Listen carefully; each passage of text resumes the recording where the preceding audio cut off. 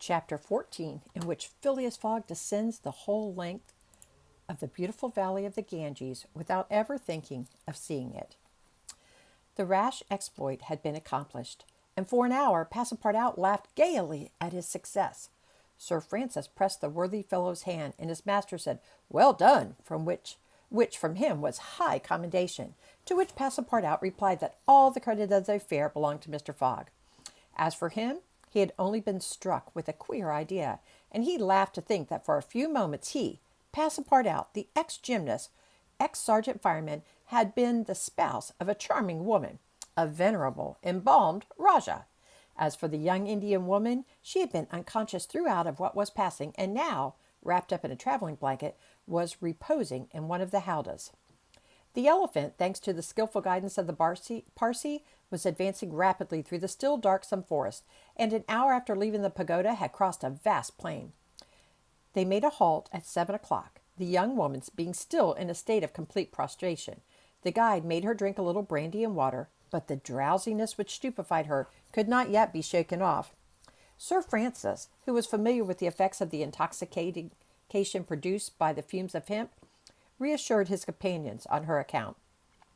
But he was more disturbed at the prospect of her future fate. He told Phileas Fogg that should Aouda remain in India, she would inevitably fall again into the hands of her executioners. These fanatics were scattered throughout the county and would, despite the English police, recover their victim at Madras, Bombay, or Calcutta. She would only be safe by quitting India forever. Phileas Fogg replied that he would reflect upon the matter.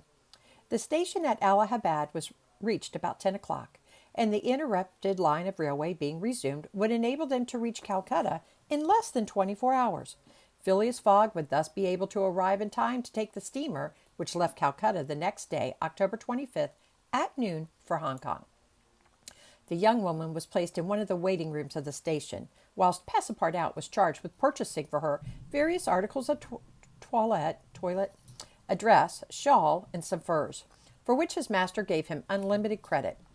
Passepartout started off forthwith, and found himself in the streets of Allahabad, that is, the City of God, one of the most venerated in India, being built at the junction of the two sacred rivers, the Ganges and the Jumna, the waters of which attract pilgrims from every part of the peninsula. The Ganges, according to the legends of the Ramayana, rises in heaven, whence, owing to the Brahma's agency, it descends to the earth. Passepartout made it a point, as he made his purchases, to take a good look at the city. It was formerly defended by a noble fort, which has since become a state prison. Its commerce has dwindled away, and Passepartout in vain looked about him for such a bazaar as he used to frequent in Regent Street. At last he came upon an elderly, crusty Jew who sold second-hand articles, and from whom he purchased a dress of Scotch stuff, a large mantle, and a fine otter-skin pelisse, for which he did not hesitate to pay 75 pounds. He then returned triumphantly to the station. The influence to which the priest of Pelahi had subjected Aouda began gradually to yield, and she became more herself, so that her fine eyes resumed all their soft Indian expression. When the poet king Yukaf Udal celebrates the charms of the queen Amenhednagara, he speaks thus: "Her shining tresses, divided in two parts, encircled the harmonious contour of her white and delicate cheeks, brilliant in their glow and freshness. Her ebony brows have the form and charm of the bow of Kama, the god of love, and beneath her long silken lashes the purest reflections and a celestial light swim, as in the sacred lakes of Himalaya. In the black pupils of her great clear eyes, her teeth, fine, equal, and white, glitter between her smiling lips like dewdrops in a passion flower's half-enveloped breast. Her delicately formed ears, her vermilion hands, her little feet, curved and tender as the lotus bud, glitter with the brilliancy of the loveliest pearls of Ceylon, the most dazzling diamonds of Golconda. Her narrow and supple waist, which a hand may clasp around, sets forth the outline of her rounded figure and the beauty of her bosom, where youth in its flower displays the wealth of its treasures, and beneath the silken folds of her tunic she seems to have modeled in pure silver by the god-like hand of Vikvarkarma, the immortal sculptor." It is enough to say, without applying this poetic rhapsody to Aouda, that she was a charming woman, in all the European acceptation of the phrase. She spoke English with great purity, and the guide had not exaggerated in saying that the young Parsee had been transformed by her bringing up. The train was about to start from Allahabad, and Mr. Fogg proceeded to pay the guide the price agreed upon for his service, and not a farthing more, which astonished Passepartout, who remembered all that his master owed to the guide's devotion. He had indeed risked his life in the adventure at Pelagi, and if he should be caught afterwards by the Indians, he would with difficulty escape their vengeance. Keone also must be disposed of. What should be done with the elephant, which had been so dearly purchased? Phileas Fogg had already determined this question. Parsee, said he to the guide, you have been serviceable and devoted. I have paid for your service, but not for your devotion. Would you like to have this elephant? He is yours. The guide's eyes glistened. Your honor is giving me a fortune, cried he. Take him, guide, returned Mr. Fogg, and I shall still be your debtor. Good, exclaimed Passepartout. Take him, friend. Keone is brave and a faithful beast. And going up to the elephant, he gave him several lumps of sugar, saying, Here, Keone, here. The elephant grunted out his satisfaction, and clasping Passepartout around the waist with his trunk, lifted him as high as his head. Passepartout, not in the least alarmed, caressed the animal, which replaced him gently on the ground. Soon after, Phileas Fogg, Sir Francis Cromarty, and Passepartout, installed in a carriage with Aouda, who had the best seat, were whirling at full speeds towards Benares. It was a run of 80 miles and was accomplished in 2 hours. During the journey, the young woman fully recovered her senses, which was her astonishment to find herself in this carriage, on the railway, dressed in European habiliments, and with travelers who were quite strangers to her.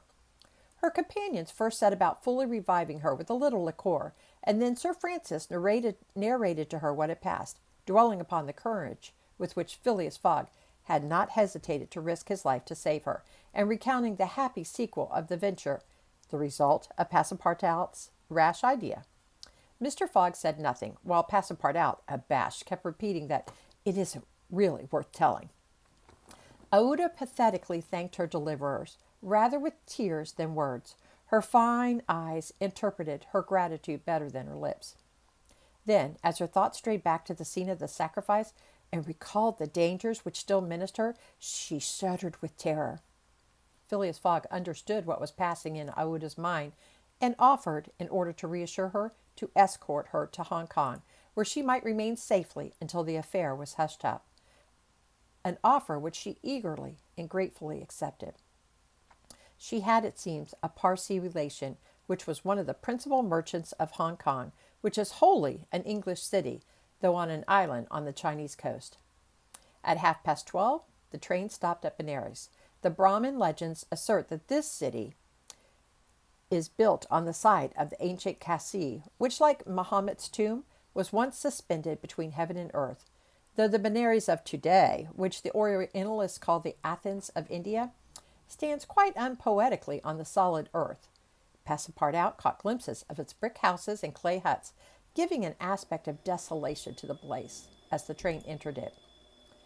Benares was Sir Francis Cromarty's destination, the troops he was rejoining being encamped some miles northward of the city. He bade adieu to Phileas Fogg, wishing him all success, and expressing the hope that he would come that way again in a less original but more profitable fashion. Mr. Fogg lightly pressed him by the hand. The parting of Aouda, who did not forget what she owed to Sir Francis, betrayed more warmth, and as for Passepartout, he received a hearty shake of the hand from the gallant general. The railway, on leaving Benares, passed for a while along the valley of the Ganges.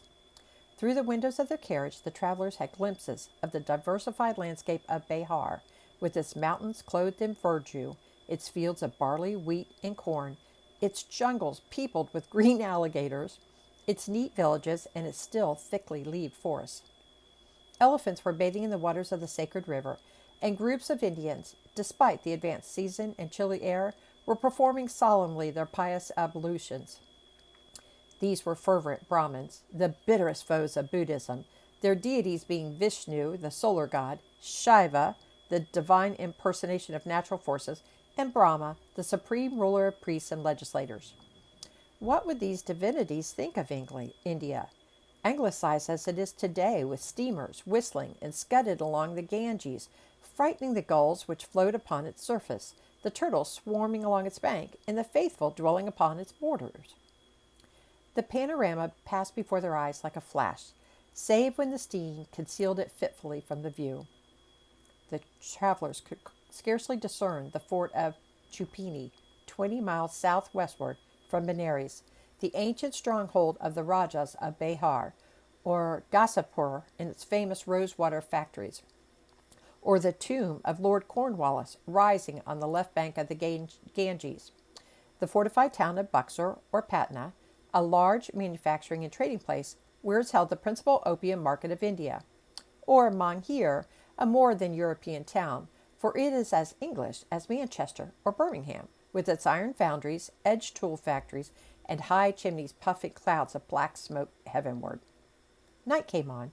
The train passed on at full speed, in the midst of the roaring of the tigers, bears, and wolves, which fled before the locomotive, and the marvels of Bengal, Golconda, ruined Gower, Murshidabad, the ancient capital, Burdwan, Hugli, and the French town of Chandernagor, where Passepartout would have been proud to see his country's flag flying, were hidden from their view in the darkness.